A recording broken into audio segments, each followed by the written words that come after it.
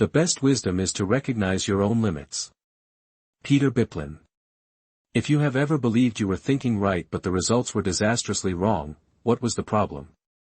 Due to insufficient holding? Is it emotion that is driving this or an underlying mental model you don't know you're using?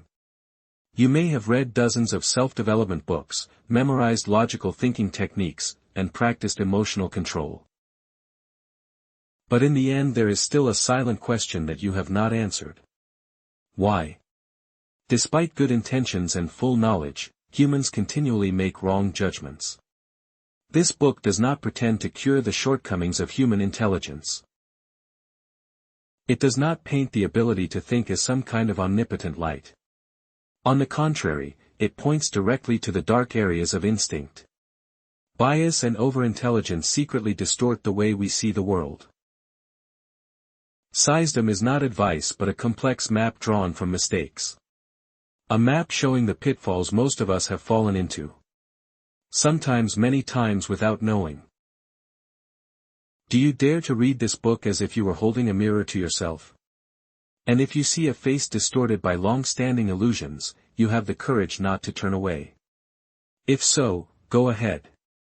But don't expect words of comfort that have only the cold but necessary precision of a thought autopsy. We encourage listeners to buy and read the book to fully experience its content. Now let me start summarizing this book. Part 1. What influences the way we think? We often think of ourselves as rational beings who make decisions based on data and logic. But if you've ever argued with a friend about politics, stocks, or football, you'll realize there's some invisible force that governs the way we think. Sometimes it is stronger than the truth. I wrote this book not to teach you to think right, but to help you understand why you are often wrong. I am fascinated by seemingly simple questions like why do two people with the same information come to two completely different conclusions? Why do we make the same mistakes over and over again despite paying so much for tuition? And how can we overcome our own limitations to think better? To answer those questions, I don't look for superficial SFP books. I turn to Darwin, who spent his life observing nature and man with a cold, uncompromising eye. I went to Charlie Munger, Warren Buffett's right-hand man. A man who constantly dissects his mistakes like an anatomist. I observe human behavior the way a biologist observes whales from a distance, patiently and without judgment. We start from the simplest thing, the brain, this biological structure with billions of nerve cells, chemical reflexes and electrical signals is the machine that processes all of what we call the world. But this machine has its limits. We can't see the whole picture, can't remember every detail, and are often influenced by invisible things like emotions, memories, and personal beliefs. Imagine you are walking into a room full of strangers. You immediately look around to assess who is safe and who might be a threat. But those judgments don't come from logic, they come from instincts that have evolved over millions of years. Recognize faces, respond to eye contact, remember body odor. We don't think like machines, we feel, react and sometimes rationalize only afterwards. Darwin once wrote, "It is not strength or intelligence that counts, but adaptability." And that adaptability comes from our constantly learning from our environment. Our brains are hardwired to love familiarity. We repeat old behaviors, believe old stories, and fear what is different. It's a paradox. To adapt, we must change. But to feel safe, we cling to the old. That is why the same event can lead to completely different interpretations. Think about reading the news. Two people read an article together. But one person feels angry, the other is calm. Not because the article is different but because of the system of thinking. The filters in their brains are different. We do not see the world as it is but as we are. Another factor that shapes the way we think is culture. I'm not talking about music or food, but the invisible beliefs we absorb from family, society, and media. If you grow up in a family that believes that successful people have to work hard, you will look at leisure as something suspicious. If you are taught that money is the root of all evil, you will feel guilty when you make a lot of money. And if you live in a society that values degrees more than intelligence, you will learn to hide your ignorance instead of being curious. There is an interesting experiment that illustrates this. Scientists showed a group of Japanese and Americans the same photograph. A village scene with a big fish swimming among a school of small fish. When asked, "What do you see?" Americans often say, "A big fish." The Japanese describe the surrounding scenery, including the water and the small fish. Culture has programmed them to pay attention to different things, individual or context. This leads to a key question. If everything from biology to emotions to culture influences our thinking, is there such a thing as objective thinking, or is it just an illusion? And if it is an illusion, how can we trust our own decisions? The problem is not that our brains are wrong, but that they are designed to make decisions quickly, sometimes faster than our cognitive speed. Let's go back to the primitive times. A noise in the bushes could be the wind or a wild animal. The person who runs away without hesitation has a higher chance of survival than the person who stops to think. So we evolved to prioritize reacting over analyzing, and that mechanism is still intact in our brains. Even if the thing in the bushes today is just a social media message. But that speed is a double-edged sword. It makes us label people at first glance. It makes us form an opinion before we really understand the whole issue. It makes us repeat old patterns of behavior not because of efficiency but because of familiarity. And when challenged, instead of questioning, we reinforce our false beliefs by looking for supporting evidence. A mechanism called confirmation bias. Imagine you believe a stock will go up in price. You skim through dozens of articles and stop at the one titled "Investors Pour Money into Stock X." You read it as confirmation of your belief, ignoring the opposing analysis. And if that stock drops, you don't question your judgment but instead seek to justify it. Market overreaction or bad news is only temporary. It's the brain's way of protecting the ego by distorting reality. Another factor that strongly influences thinking is memory. We often think we remember the past accurately. But in reality, memory is not a faithful record but a reconstruction. Each recall is a rewriting of details consistent with the currently held belief. What is contradictory is omitted. And so the story in our heads keeps changing, not according to the truth but according to our inner needs. Charlie Munger once said, "Learn to be reflective, to ask not where I am right, but where I might be wrong." But that takes courage. Courage to admit that our pattern may just be the product of our instincts and biases. Courage to peel back our cognitive layers and face a world that is much more gray than we imagine. Think of a common situation. You go to a restaurant and have a bad experience. The next time someone mentions that restaurant, you immediately dismiss it. Don't go, it's bad. But maybe the chef is sick that day or you're in a bad mood. You judge an entire system based on one interaction, and it sticks in your mind as a fact. That's how biases form, fast, simple, and very difficult to correct.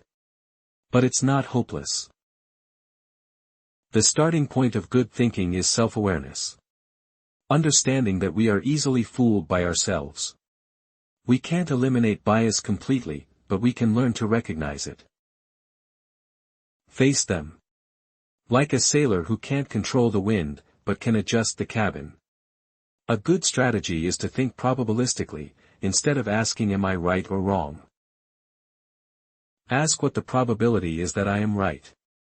This forces us to assess risks, test assumptions, and see things in a broader context. It also makes us more open to new information. Because we are not defending an absolute argument, but adjusting our beliefs according to the facts. Thinking probabilistically also means accepting uncertainty. And this is what makes many people uncomfortable. Our brains like certainty. It makes us feel in control. But the world doesn't work that way. There are things we don't know, and there are things we don't know we do and know. Recognizing this is the first step to wisdom. And wisdom doesn't come from having more information, but from knowing how limited we are in processing that information. You can read hundreds of books, but if you don't know how to read yourself. The genius is even with all the biases, prejudices, fears, and old beliefs, you're still stuck in the same old box. One of the most powerful tools we have to help us see ourselves more clearly is the concept of mental models. Charlie calls them mental models, a set of foundational principles from many different fields, such as biology, psychology, physics, economics, and mathematics. They help us see the world not through just one lens, but through many different lenses, intersecting and complementing each other. From psychology, for example, we learn about confirmation bias from economics. We learn about scarcity and motivation from physics. We understand nonlinear systems, where small inputs can have huge results. From biology, we learn about natural selection and adaptation. When we put them together, we see a more complex but also more realistic world. Instead of looking for a magic formula, we learn to see each situation through the most appropriate lens. But this requires humility. Intelligence, a rare quality in the modern world, where everyone wants to show that they know. Humility does not mean paralyzing self-doubt, but understanding that everything we know may be wrong or incomplete. It is the willingness to ask questions rather than cling to answers. One of the scariest manifestations of flawed thinking is when it is collective, when a group of people share a bias and reinforce it. This phenomenon is called groupthink. You can see it on boardrooms, in politics, or in corporate boardrooms. When no one dares to speak out against the grain, the group slides into error, believing that everyone else agrees. In a famous experiment, a person was placed in a group of pretend volunteers. They were all asked to determine the length of 3 straight lines. The answer was obvious, but all the others deliberately chose the wrong answer. The real people, afraid of being different, ended up choosing the wrong answer along with the majority. No, not because they don't see correctly, but because they fear being excluded. This is the root of many of history's great mistakes. From financial bubbles to senseless wars. When people don't dare to say otherwise, the wrong becomes the truth and the result is disaster. Good thinking. So it's not just a personal skill, it's an act of courage. The courage to think differently, to stand alone when necessary, to doubt the obvious. But it's also important to distinguish between healthy skepticism and blind conspiracy theories. True skepticism is about understanding, not about baseless resistance. We need to learn to ask the right questions. Not how can I be right, but what if I'm wrong? Not what do people think, but what do I see that they don't see? And not is this true, but what evidence makes me think it is true? And is there evidence to the contrary? Darwin had an admirable habit. Whenever he encountered evidence that contradicted his hypothesis, he wrote it down immediately because he knew that if he didn't, he would forget or ignore it. It's the mindset of someone who doesn't seek confirmation but seeks truth. And that's what we need to learn. Instead of trying to prove yourself right, try to understand why you might be wrong. Instead of clinging to a simple and predictable world, learn to live with complexity and ambiguity instead of chasing after optimal tools. Build a solid cognitive foundation from the fundamentals. Ultimately, good thinking doesn't make you always right, but it helps you be wrong less. And when you're wrong, know how to correct it. It doesn't protect you from pain or failure, but it helps you learn more from each stumble and, most importantly, it gives you a rare privilege in this noisy world. The ability to be autonomous in your perception and free in your thinking. I was once asked, if you could teach only one thing about thinking, what would it be?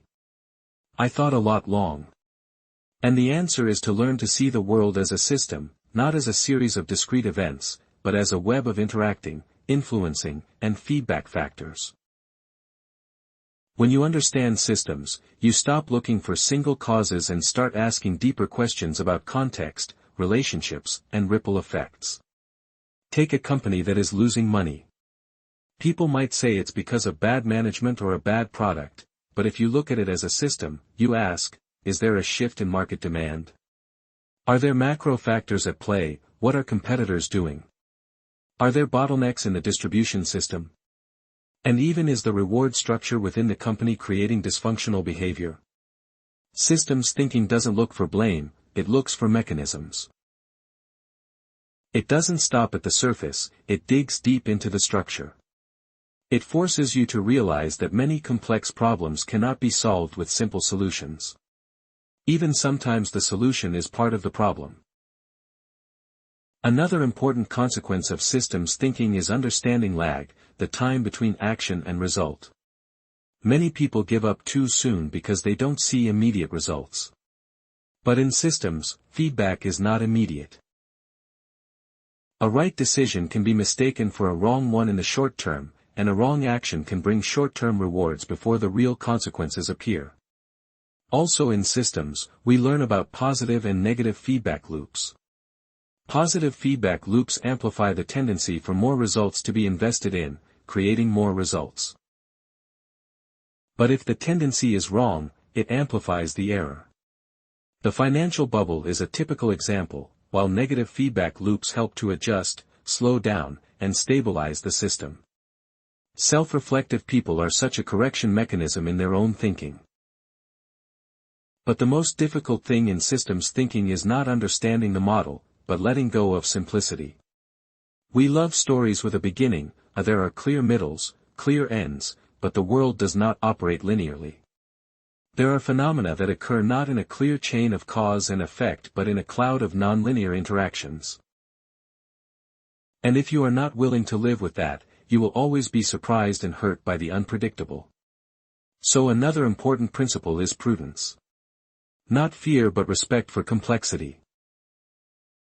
You do not need to know everything to act, but you need to be sober enough to know what you might be missing. And when making decisions, leave room for error. Never bet everything on a single assumption. That is not the path of the wise, but the arrogant. In my learning journey, I discovered that the sharpest thinkers are not the smartest in the traditional sense, but the most humble. They do not jump to conclusions, they listen more than they speak, and they are always willing to adjust their beliefs as new data becomes available. It is a quality that you can be trained by asking yourself, what makes me believe what I believe? Thinking is not a subject, it is a way of life. You cannot learn it and then put it away. It requires daily practice in every conversation, every decision, every small reaction. The more you practice, the more you discover the blind spots in your view of the world.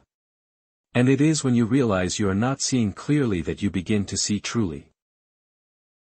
I have made countless mistakes because I thought I understood. I was too confident, too hasty, too attached to the familiar, and I paid the price. But those failures were not in vain. They were the beginning of awakening. Not mystical spiritual awakening, but practical awakening. Knowing that you are fallible, easily fooled, and therefore always learning, always correcting, always alert. You do not need to be a genius to think well. You just need to be honest with yourself, open to contradictions, and practice. Thinking is a skill, and like all skills, it is forged by practice, not by mere theory. And finally, perhaps the most profound thing I have learned in my quest for wisdom is that it all starts with attitude, not intelligence, not degrees, not experience, but attitude toward the world and toward oneself. A person may not know much. But if they have an attitude of learning, listening, and questioning, they will grow over time. On the other hand, a person who is well informed but arrogant and defensive is just stuck in the same old loop of perception. That attitude is curiosity, not superficial curiosity, but an inner urge to understand more deeply. Wanting to peel back the layers of things to reach the essence, that is courage. Dare to doubt even the things you once believed to be certain. Dare to admit you are wrong without collapsing your ego. And that is patience. Understand that progress in thinking does not come from one sleepless night but from hundreds of self-reflections. Reflect, adjust, and learn again. Charlie Munger once said that one of his biggest regrets was not starting sooner to record his own thinking errors. Because we forget so quickly yesterday's mistakes, easily erased by today's self. And if we don't record those lessons faithfully, they pass like faint scratches in memory, leaving no trace on future behavior. So I recommend, if possible, keeping a cognitive journal not to judge yourself, but to observe yourself like a scientist observing a mouse in a lab. What are you thinking? How do you react to new information? What biases do you have when judging others? Are you looking for information to reinforce your views or to challenge them? Over time, you will find that you become less certain and more understanding. You will draw fewer conclusions, but each conclusion will be based on a more solid foundation. You will say less I know and more than I am learning. And that is not a sign of weakness, but evidence of maturity in thinking. We live in an age where information is more abundant than ever, but wisdom is scarce. Anyone can access millions of data points with just a few clicks. But very few know how to interpret them, connect them, and apply them effectively. Because the key is not the data, but the way we think about the data, not the answers, but the quality of the questions. I do not write these to make you some kind of thinking expert. I write them as a reminder that thinking is a lifelong endeavor, that everyone can think more clearly, more accurately, more humanly if they are willing to practice, and that there are no shortcuts. Only a long-term commitment to improving step by step. You may never reach ultimate wisdom. But if you think better than you did yesterday, if you make fewer mistakes and learn more from those mistakes, then you are living in the orbit of intellectual evolution, an evolution that is quiet, unobtrusive but extremely essential. And I believe that in a world full of noise and blind faith, those who are willing to think truly and think well will be the ones who make a difference. Part 2, The Psychology. Mistakes, if you know how to look straight at them, is the most rigorous but honest teacher that life can give. No one can avoid mistakes. But what makes us different is not the number of times we make mistakes but the way we think about them. Wrong judgments from small decisions of the day to long slides in life all originate from one thing. Our own minds have obvious mistakes like buying an unnecessary item, choosing the wrong career, loving the wrong person. But there are also more subtle mistakes. Conclusions that seem reasonable, reactions that seem instinctive, views that seem clear, turn out to be the result of a series of distorted psychological mechanisms that we do not recognize. I call it the psychology of faulty judgment. A dense jungle of invisible traps set by evolution, emotions, memories, and old beliefs. If we don't learn to recognize them, we will step in without knowing and then step on them again and again until there is no chance to turn back. Let's start with the most common trap, the illusion of understanding. You walk into a situation, observe a few signs, draw a conclusion, and believe you know what is going on. But what you don't know is that you are attaching fragments of past experience to the present and calling it intuition. Imagine you see a person who is sloppy, slurring his speech, and is unsteady on his feet. Your brain immediately makes a judgment, this person is not trustworthy. But if you know that he has just escaped an accident or is suffering from a mental disorder, things will be different. You are not wrong because of lack of information, you are wrong because you are jumping to conclusions from a picture that is not clear enough. Charlie Munger once emphasized that the illusion of knowledge is the most dangerous because it stops you from searching for the truth. And this is the door to dozens of other cognitive biases that I will unpack with you one by one. First is the anchoring effect, one of the brain's most common tricks. When you first hear a number, however random, all subsequent judgments revolve around that number. If I ask whether the price of this item is higher or lower than 5 million, you are anchored to 5 million. Even though the actual price may be only 2 million, and if I ask whether it is higher or lower than 20 million, your answer will be different. Even though it is still the same item, we think we make decisions based on intrinsic value.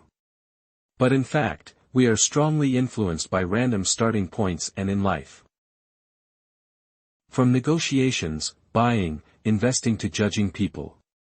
These subtle anchors appear constantly, leading us away from the truth without us even realizing it.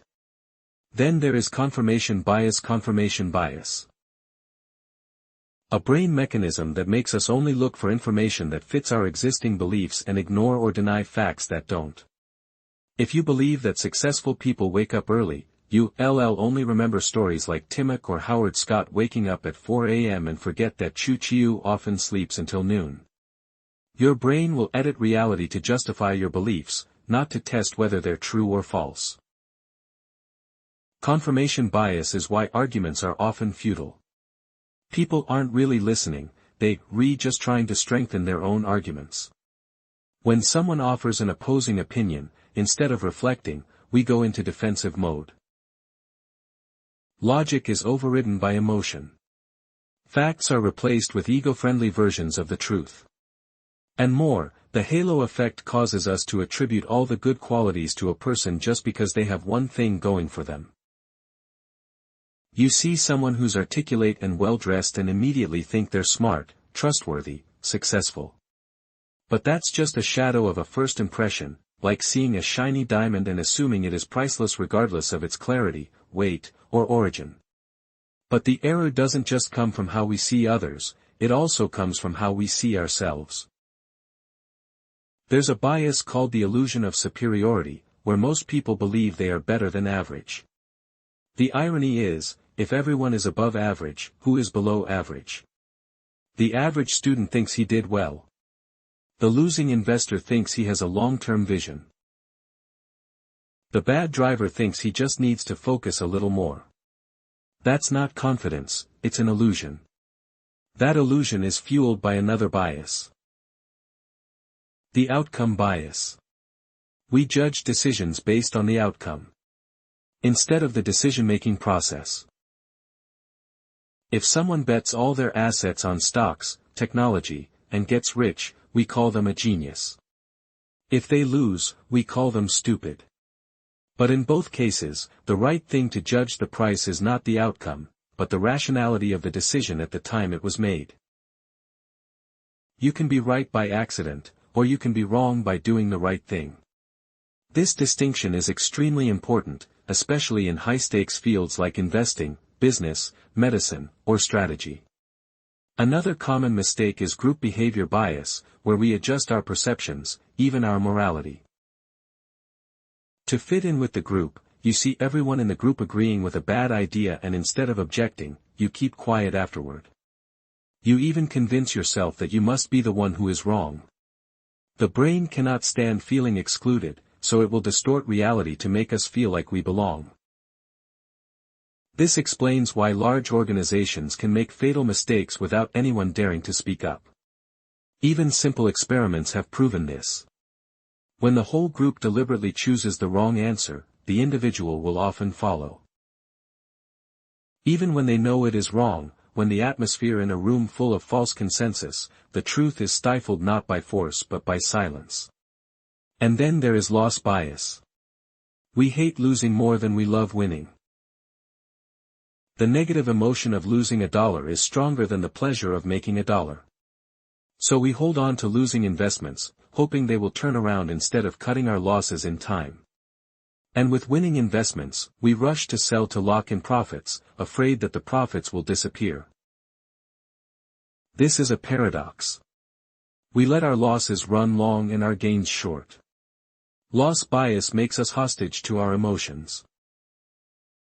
Instead of acting on logic and purpose, in the long run, we react to immediate fear. It also causes us to make defensive decisions even though the costs are much higher. Imagine you lost 1 million because of an accident. You will spend 5 million just to find justice, even though the loss is already done. A wounded ego sometimes costs us more than losing money.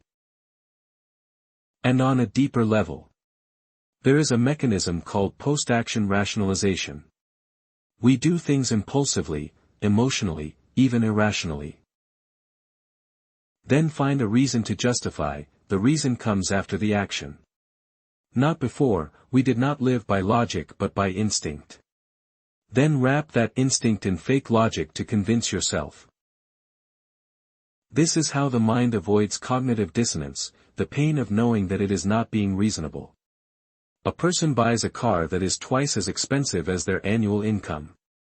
Once they buy, they start talking about safety, long-term value, stability. But really the only reason is because they like the feeling of driving, the emotion leading, the reason defending.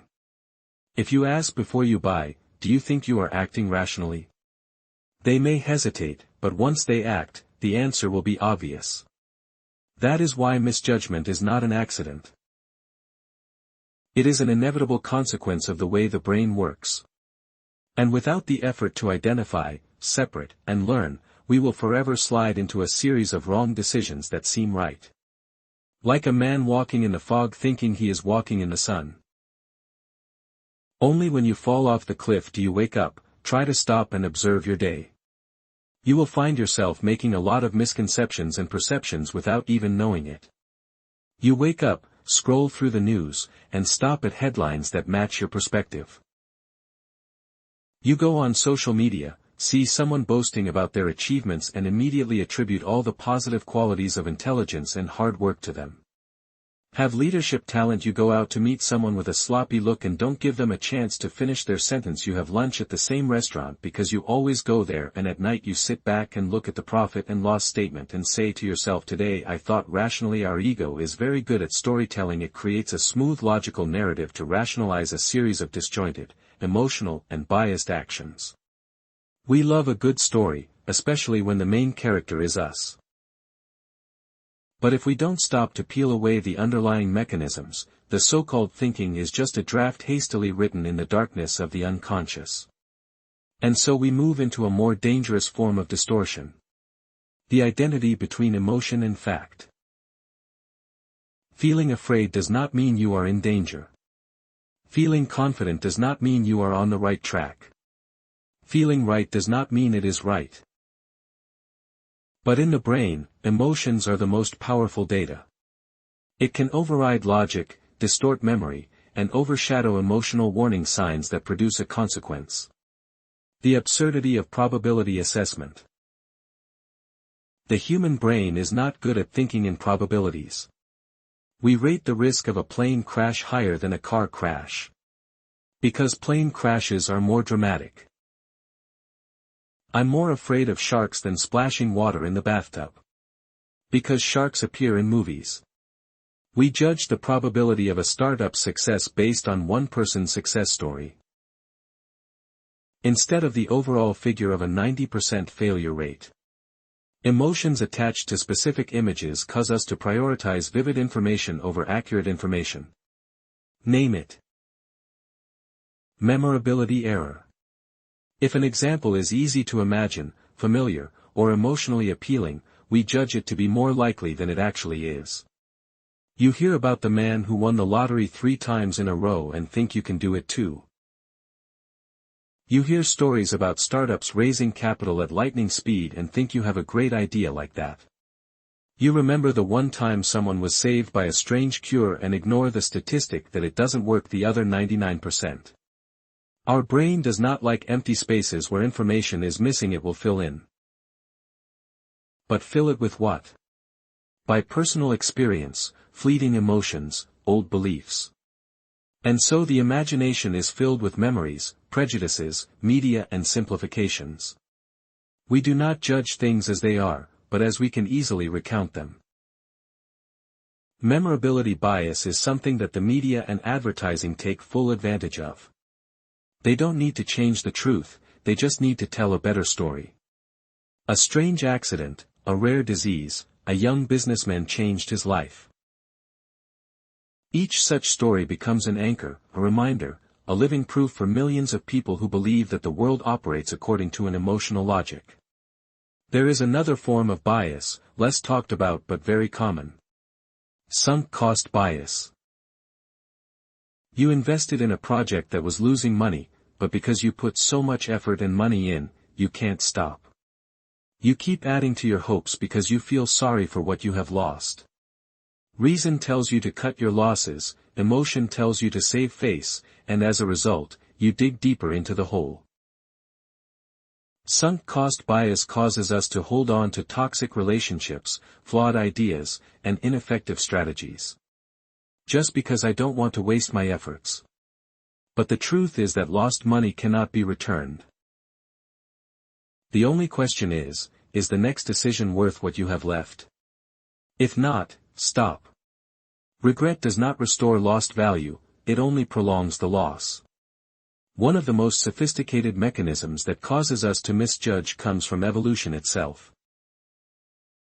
It is the tendency to look for simple causes for complex phenomena. The human brain is designed for survival. There is no time to analyze a tangled system of factors every time a situation arises. Instead, it will choose the story that is easy to understand, easy to remember, easy to tell and assign it as the cause. Think of a child getting bad grades instead of looking at the curriculum, teaching methods, family pressure, mental health. People often jump to the conclusion that it is lazy or unintelligent, which is a simple but wrong explanation. And when we misinterpret, we act wrongly, like accidentally pressing the fire extinguisher button on the third floor when a fire is starting on the first floor.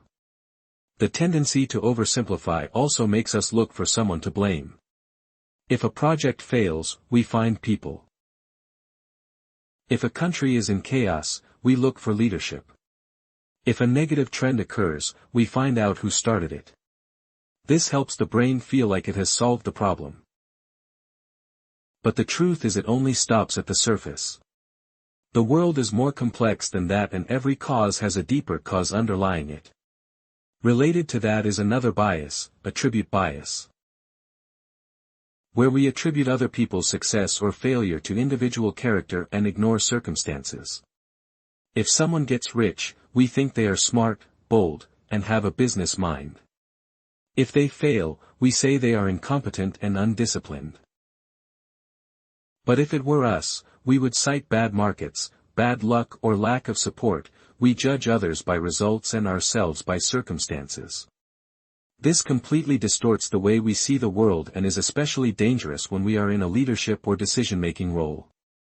Because if we don't recognize the role of the system, we will think we are rewarding or punishing the right people. But we're actually reacting to a superficial, less noticeable form of bias, the consistency bias. Once an opinion is made public, many people will stick to it. Not because they believe it to be true, but because they don't want to contradict the old version of themselves. Changing one's opinion is seen as weak, as being fickle, as lacking a stance. But maybe that is a sign of intelligence. Charlie Munger once said, "Every year I try to change one major belief. If I don't, it means I haven't learned anything." Meanwhile, most of us try to prove that we haven't changed. As if holding on to a new perspective is a sign of strength. This makes us cling to mistakes just because they were once our choices. And then there's the fallacy that almost everyone has. It's the illusion of control. We like to think that we control outcomes. That success is due to talent, effort, personal strategy, that failure is due to personal flaws. But in many cases, success and failure involve a much larger element of chance than we realize. You can do everything right and still fail. You can make a series of mistakes and still succeed because the world doesn't operate on a dozen simple causes and effects. It's influenced by thousands of factors: timing, markets, trends, people, geography, technology, crowd psychology. And in each factor probability plays a huge role. The illusion of control makes us overestimate ourselves when we succeed and overestimate ourselves when we fail. It prevents us from learning from our good fortune and from forgiving ourselves when we make mistakes. It is an illusion that needs to be unpacked to understand that much of what is good in life is a combination of effort, systems, and a little luck. So how can we avoid these biases? The reality is that they are impossible to avoid completely. They are part of human nature, but we can identify them, name them, and thereby reduce their impact. Just as a nearsighted person cannot cure his eyes, but can wear glasses to see better. Wearing glasses in this context means developing a system to prevent biases, not based on feeling right, but on principles.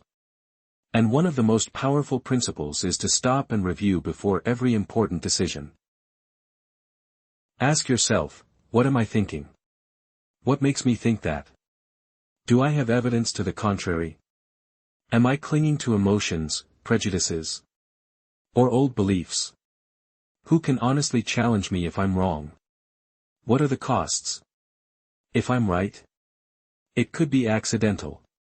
The question isn't to discourage you, it's to help you move forward with clarity. We don't need to eliminate biases entirely, just minimize their power in the most important moments. In addition, you need to build a healthy culture of criticism.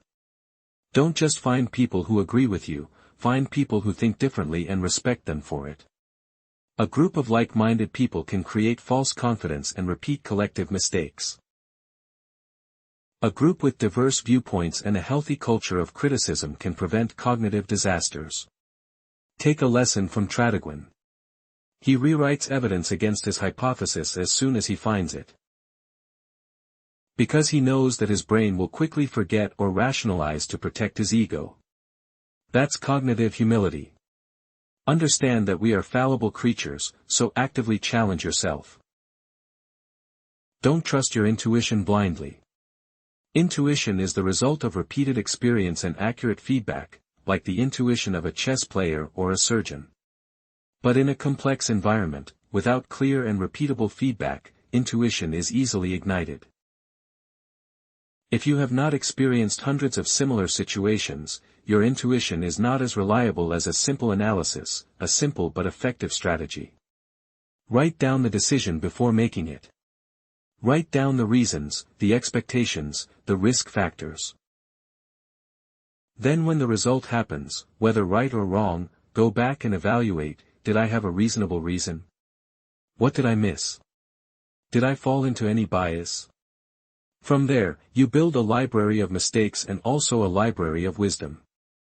Good thinking does not guarantee that you will always be right, but it ensures that every time you are wrong, you will learn something. You will be less stubborn, less complacent, less emotional. And so, over time, you become a person who is less fooled by yourself. Mistakes do not kill you, but the ego that refuses to admit mistakes kills the chance to correct them. The world doesn't punish you for mistakes, it punishes you for not learning from them. And you will never learn if you always believe you are right. The wisest people are the ones who know they are most likely to be wrong, and it is that knowledge. The silent but conscious fear of error that is the foundation for the best decisions. Third, physics and mathematics in thinking errors. Thinking errors come not only from emotions or cognitive confusion, but also from mathematics. Not because we can't count, but because the human brain is not designed to intuitively process probability. Exponential growth or nonlinear response. These are things that belong to the world of physics and mathematics. But they deeply influence decisions in everyday life. Imagine you have two choices.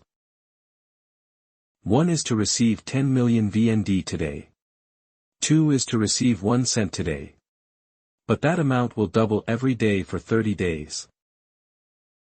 According to the reflection radiation, many people choose the first option. Why? Because they cannot imagine the power of exponential progression. But if you double from 1 coin in 30 days, the amount you have will exceed 100 million VND. This does not come from a dream but from a simple mathematical law. It's just that people do not feel it. We do not live in a linear world. Although most decisions are processed as if everything increases, decreases, fluctuates evenly, the real world of finance, biology, technology and society operates in curves, suddenly, unexpectedly. You pour more water into a full glass without overflowing immediately. But at the last drop, everything breaks, and that is the breaking point, the point that intuition cannot predict. Another example is compound probability. The probability of you having a car accident in a day is small. The probability of you having an accident and at the same time being delayed by rain is even smaller. But if I tell you a vivid story about your friend got into a car accident yesterday because he was late in the rain, it feels reasonable, familiar, and memorable. And then you judge the likelihood of it happening higher than it actually is. This is a type of error called the conjunction fallacy. When a complex event is seen as more likely than its individual components, the brain prefers concrete stories to abstract probabilities. Instead of looking at 1% probability, we want to know who has experienced it, what it looks like. Do I know anyone who has? But probability doesn't care about emotions. It's just the law of numbers. It doesn't change whether we fear it or believe it. And if we don't understand probability, we will always misjudge risks and opportunities. Mathematical bias is also evident in assessing expectations.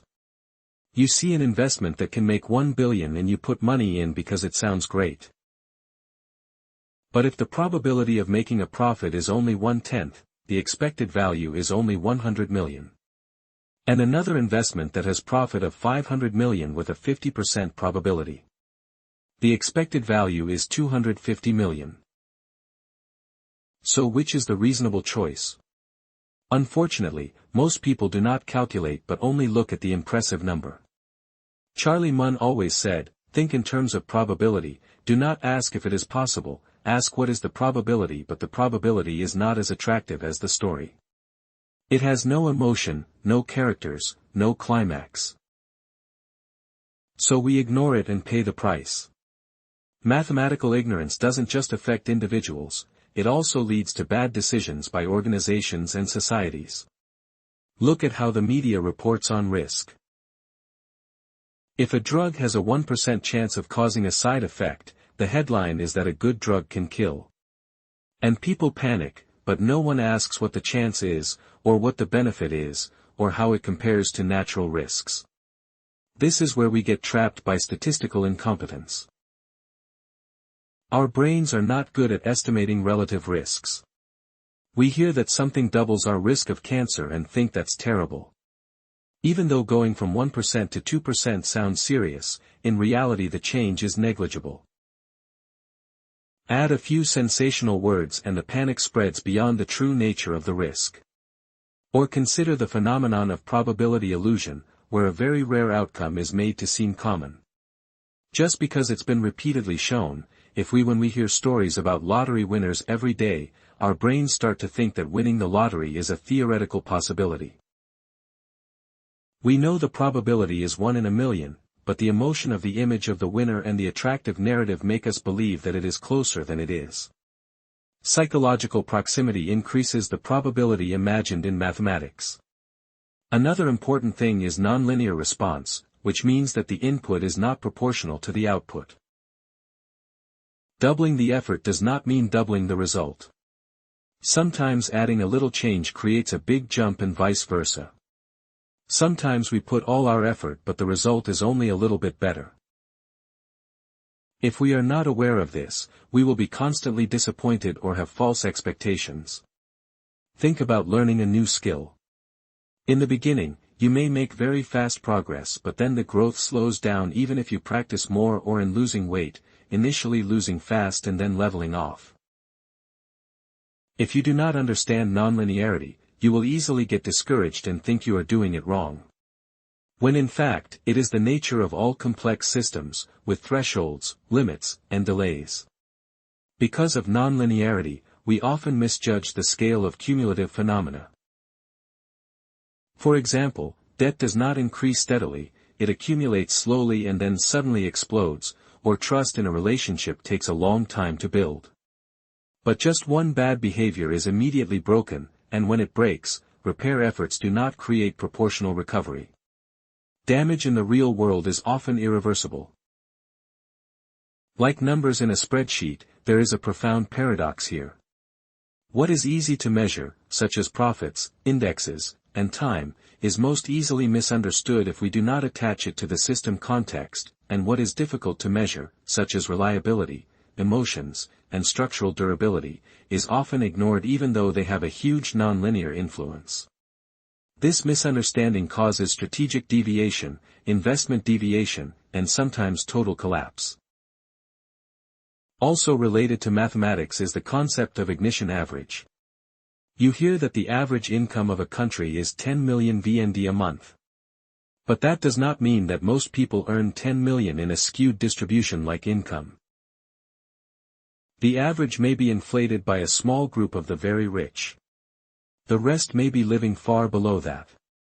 The average says nothing about the reality experienced by the majority, but we still use it as a key measure of evaluation. You have 1 foot in a boiling water bath and 1 foot in an ice water bath. On average, your body is at normal temperature, but it actually feels very different. The average is an illusion that can be misleading if you do not understand the nature of the data distribution.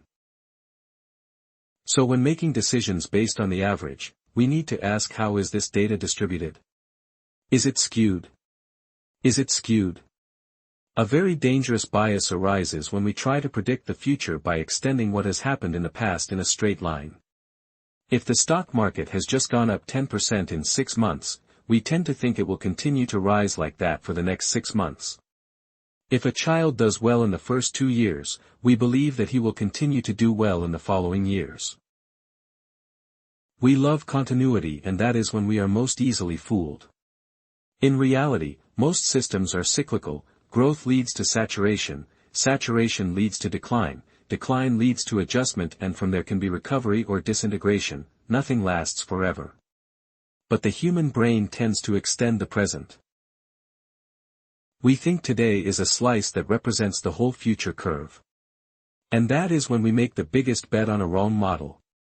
Let's look at a typical example. An asset bubble is initially a reasonable increase in price, perhaps due to a shortage of supply or high demand. But then as the price rises, it attracts more participants. Not because of real demand but because of the expectation of quick profit. At that point, the price no longer reflects value but reflects the emotional expectation.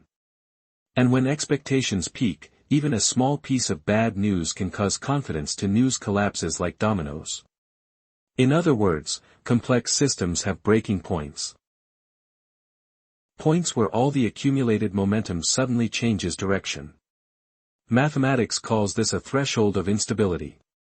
Life calls this a crisis, and individuals call it a sudden, unexpected turn, even in nature. Big changes often come from small fluctuations amplified.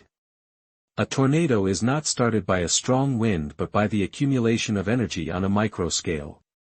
This is true for all financial, political, health, and social behavioral systems.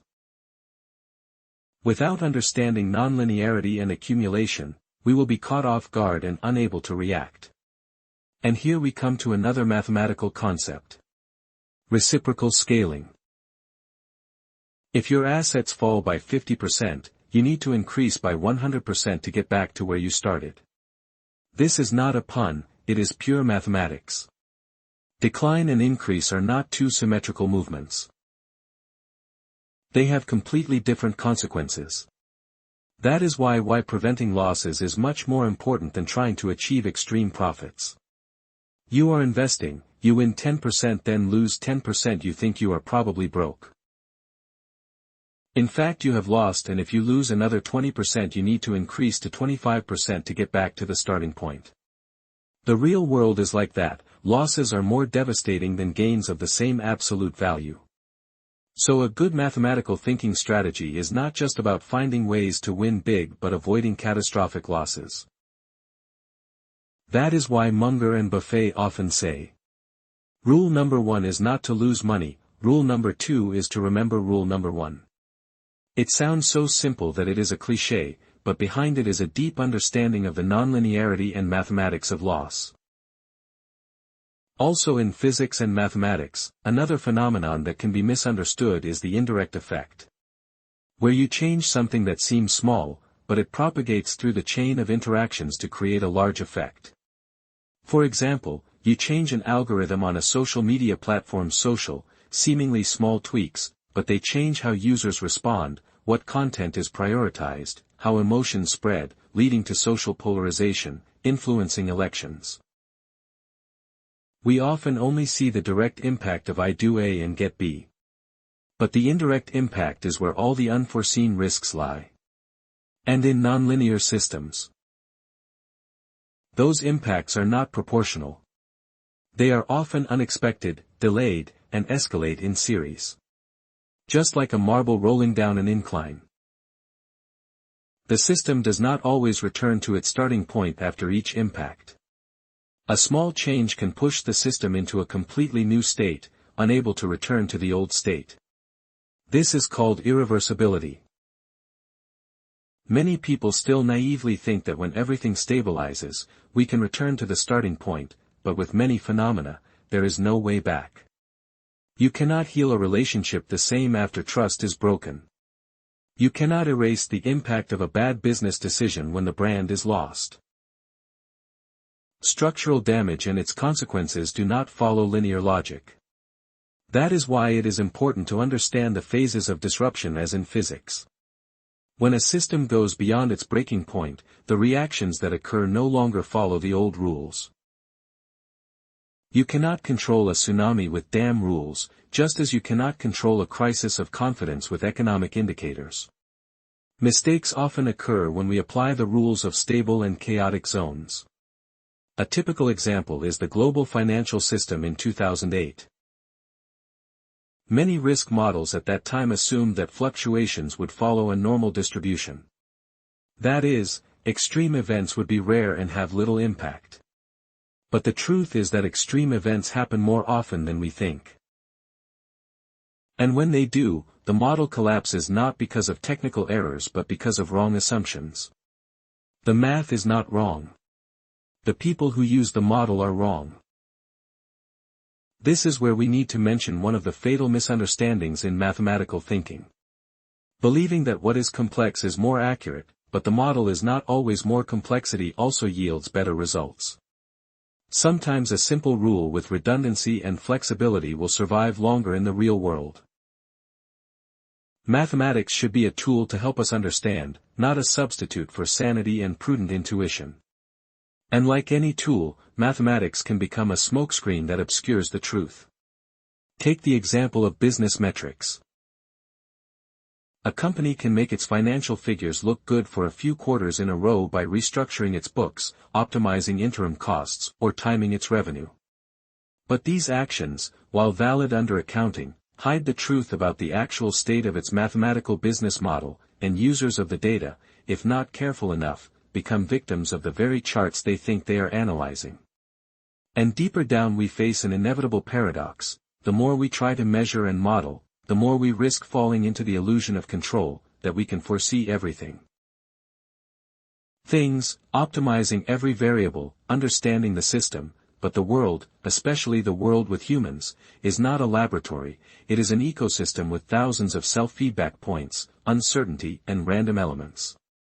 This leads us to a key concept in physics: noisy systems. Not all data contains information. There are fluctuations that are random, meaningless, not trends, not reflecting the truth. But if we cannot distinguish between noise and signal, we will overreact to every small fluctuation and fall into a spiral of continuous decision-making. Unnecessary.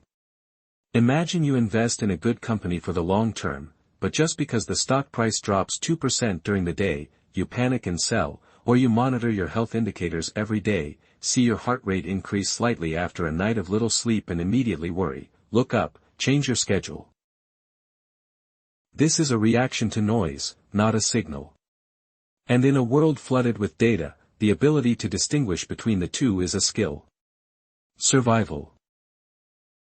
So how do we survive in a noisy, nonlinear, and uncertain world?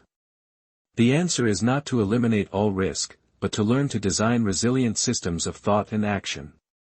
This is reminiscent of a concept in physics and biology: resilience.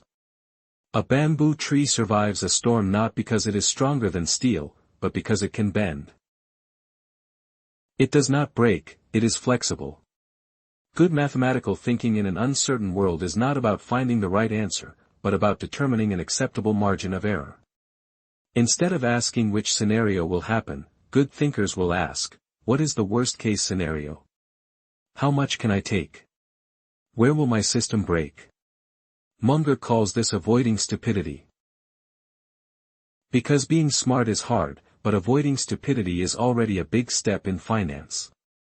This is reflected in not being too leveraged, not putting all your assets in one channel, and always leaving room for error in your personal life. It is not judging betting reputation, health or trust on uncertainty and in strategic decision-making. It is about designing options so that if we are wrong, we don't lose everything. Another powerful thinking tool is to estimate ranges instead of absolute numbers. Instead of saying there will be 10% growth, say growth can be in the range of 5 to 15% with an 80% probability.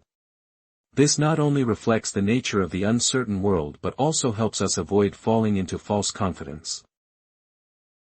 Mathematics also teaches us about the skewness of expectations. When low probability but high impact events occur, such as wars, pandemics, and technological breakthroughs, the expected value of those events is very high despite their low probability. This leads to Simon F. S. concept of black swans, rare, unforeseen events that have a huge impact, and the world is alas governed by these swans, not by normal fluctuations. So, instead of trying to predict exactly, a strong mindset should always be prepared for the unexpected, not in a paranoid way, but in a way that builds systems that can withstand and adapt, like a climber wearing a safety rope. Not because he thinks he will definitely fall, but because he understands that the unpredictable is the most important thing to consider. Another important part of mathematical thinking is learning to recognize and respond to risk ratios. The reward is not always worth taking even if the probability of success is high.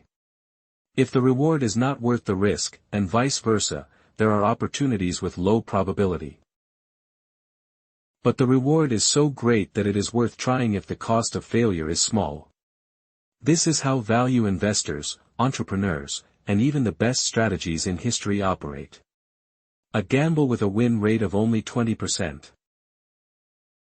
But if you win, you get 10 times your capital, and if you lose only a small portion of your assets. It may seem risky in one go, but if you repeat it 100 times, you are likely to win several times and generate huge profits. This way of thinking is not popular because emotions do not like to lose a lot to win big, but mathematics only cares about expectations, not feelings. And finally, the most important thing mathematics teaches us is to think modestly. Because mathematics does not let anyone cheat, it does not care about beliefs, emotions, status, or personal narratives. It is just the rules, and that is what makes mathematics a cold but accurate mirror. Reflecting all the illusions we build in our heads. Understanding the physics and mathematics of thinking errors does not make you a Superman, but it will make you less blind, less naive, less easily fascinated by things that sound reasonable but are completely wrong. Because in the end, wisdom is not knowing everything but knowing clearly where you can go wrong. Part 4, Instructions for Better Thinking. After all that has been analyzed, mistakes come from evolutionary instinct, from psychology, from distorted perception, from mathematics and physics. In logic, we are faced with an inevitable question. So how do we think better? The answer is not to become a genius, but to establish a thinking system that can work better than the spontaneous person in us, that is, to build a framework, a mental grid, a set of checks, a set of rules of action to protect ourselves from the slips of instinct. Good thinking is not a good hunch. It is a deliberate series of actions. And the first thing in that series is to recognize when you are thinking, which may sound silly. But have you ever stopped in the middle of a decision and asked yourself what thinking tools I am using to reach this conclusion? Most of the time, no. Since the brain prefers reaction to reflection, the first step is to turn on the light. That is, to be aware that you are in a situation that requires thinking, not to act automatically, not to make a hasty decision, not to feel that it is right and then to follow through. Just a split second, a moment of questioning is enough to create a new cognitive space. Next, examine your data. What information are you relying on to decide where it comes from? Do you have enough evidence? Are you filtering facts based on your existing beliefs or really looking at the whole picture? Are you confusing emotions with data? I call this a cleaning ritual, like a scientist cleaning a microscope before examining a specimen. Then check for biases. Am I biased toward confirmation? Am I looking for information to support my views rather than to test them? Am I being influenced by groupthink? Am I reacting based on my immediate emotions or based on real thinking? Am I being influenced by anchoring, average ignition, mnemonic recall, loss aversion, or any of the traps from the previous section? Each question is like shining a flashlight into the dark. It doesn't guarantee you'll be on the right track, but at least you'll know which path you're on. And whether that path might be an illusion. Step 4. Use multiple models. Don't just look at the problem through a single lens. Ask what biological model is at work here. Are there any physical principles that apply? What does psychology say? What if I looked at this as an economic system? Would the conclusions be different if I applied the laws of probability? The more models, the less likely you are to be fooled by a single model. Charlie Munger calls this a mental grid, where each node is a basic model from foundational fields. When a new problem comes, we throw it through the grid and see which models retain the core. This is not deep thinking, but cross-disciplinary thinking, and it is more powerful than monodisciplinary expertise. It is not colorblind by a single perspective. The next and perhaps most important step is to doubt yourself as if you were your opponent. Learn to stand outside yourself. Play the role of critic. Pretend you are the person debating with yourself. How would you attack your own argument? What would you say to destroy your belief? What is the current information? Are there facts you are ignoring? Are there possibilities you are overlooking? This is a high level of reflection. Ask yourself not just what I think, but where I might be wrong and how I can cover it up. Darwin was not successful because he had good ideas, but because he did not fully believe in his ideas. Every time he saw evidence that contradicted his hypothesis, he wrote it down. Because he knew that the brain would soon erase or distort that information. He understood that the thinker's most dangerous enemy is not the naysayer, but the ego inside that always wants to protect what it already believes to be right. Next, you need to learn to detach yourself from the outcome if you make a good decision. But the outcome is not as expected. Are you strong enough not to blame yourself if you make a bad decision? But the outcome happens to be good, are you honest enough to not take credit? Good thinking requires you to look at the process, not the success or failure. Think of a doctor who chooses the right treatment based on all the facts but the patient still died. That is not the doctor's fault. Conversely, if a doctor chooses to take a risk based on a hunch and the patient is lucky to survive, it does not mean that the doctor was thinking correctly. In the world of probability, we cannot judge decisions by a single result. We have to look at the whole context, the model, the facts, the logic. Then there is another principle. When in doubt, slow down. We often equate quickness with intelligence, reflexes with wisdom. But in most important situations, haste is the enemy of understanding. If you find yourself wanting to make a decision, feeling that you should do it right away, or fearing that you will miss an opportunity, then perhaps it is time to pause. Time is an ally of thinking, just a pause to re-examine assumptions, to ask another question, to look at from another angle. It is possible to change your mind completely. You don't need to be slow in everything, but you need to know when to stop. Another principle in the thinker's toolbox is to think in terms of probability, not certainty. This was mentioned in the previous section but is worth emphasizing again.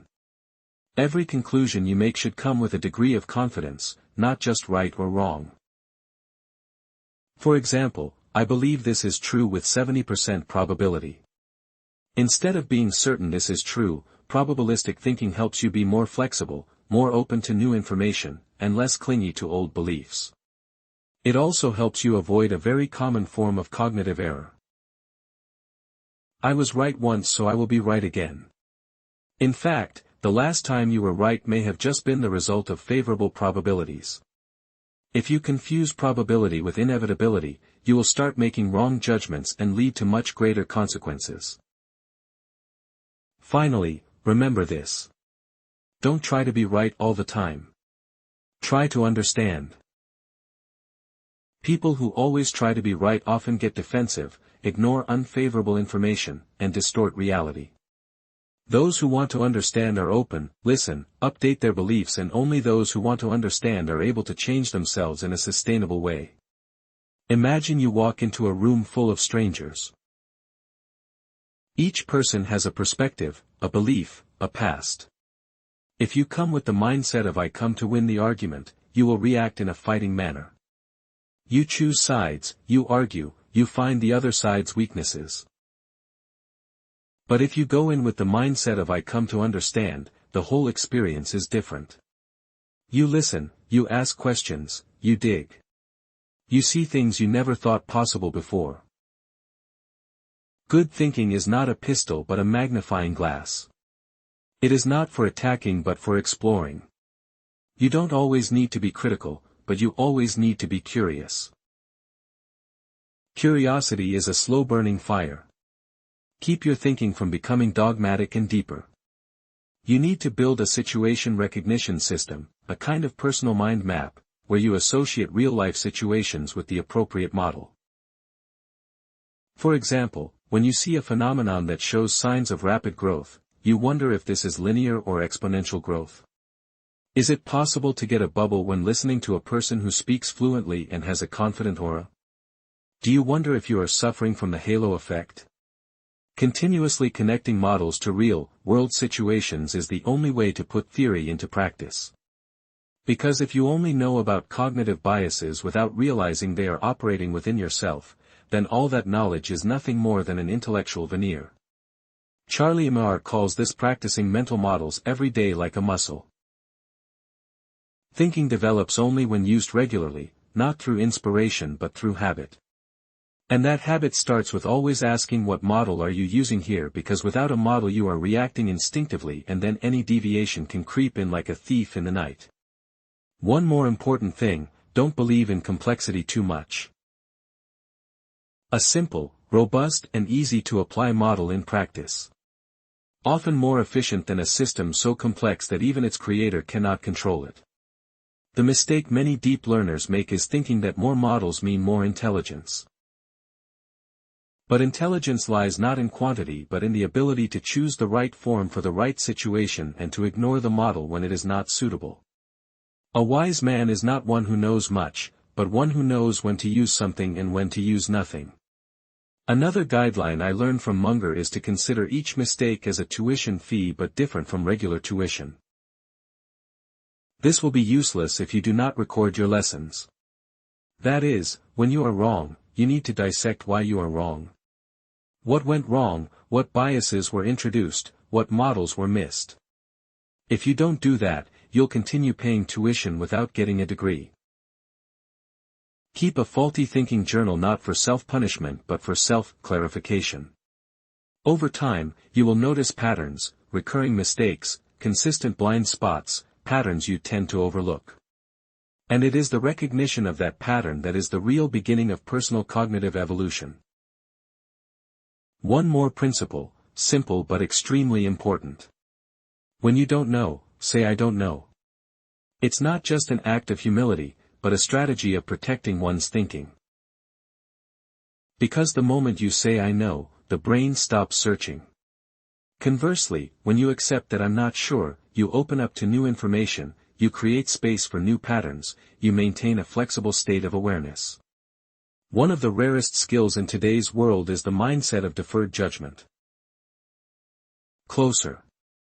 We hate ambiguity, so we are quick to label everything.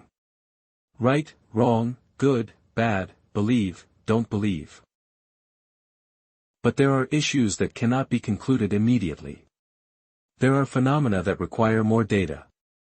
There are people who cannot be understood by just looking at one behavior. The ability to tolerate uncertainty is a sign of a mature brain. Imagine you are reading a report about an emergency instead of reacting immediately. Put your hands down and ask yourself, do I have enough data? Is someone emphasizing something and leaving something out? Is there any perspective I haven't considered? It is that moment of pause, between instinctive reaction and rational action, that is where true thinking is born in a noisy world.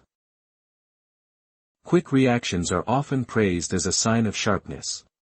But few people realize that great minds are often slow. Not slow because of lack of ability, but slow because they do not allow themselves to be lazy in thinking. They take the trouble to keep many options in mind at the same time. Consider each hypothesis, endure the uncertainty until the truth emerges like the sun breaking through the clouds. One more practical rule: when everyone agrees too quickly, be wary. Consensus too easily is often a sign of groupthink, where people avoid dissent for fear of being excluded. Or simply because everyone thinks others have thought it through. The danger here is that no one is really thinking. But everyone thought that someone else had done it for them. A good think tank is one that can debate without breaking trust. A place where people can say I disagree without being labeled as being against. Where criticism is not a threat but a contribution. And that only happens when the leader knows how to create a cognitive safe space where mistakes are seen as learning opportunities. Not a reason for punishment. You also need to learn to evaluate other people's models without getting your emotions involved. It's easy to dismiss an idea just because you don't like the person saying it, or conversely, it's easy to get so captivated by someone's aura that you believe everything they say without verifying it. A strong mindset is one that separates the carrier of information from the information itself. Who says it is not as important as what they say and what evidence they present? Charlie Munger once said, try to learn from people you don't like. If you only learn from people like you will never get out of your own shadow. This is not easy because the ego is very sensitive to discord. But if you practice the ability to listen without reacting, you will broaden your vision and reduce personal prejudices. Finally, and perhaps most importantly, live according to what you think. Nothing is more dangerous than a sharp mind but a heartless heart. Knowledge without ethics is a sharp knife without a handle. It can cut through the truth but can also bleed the flesh.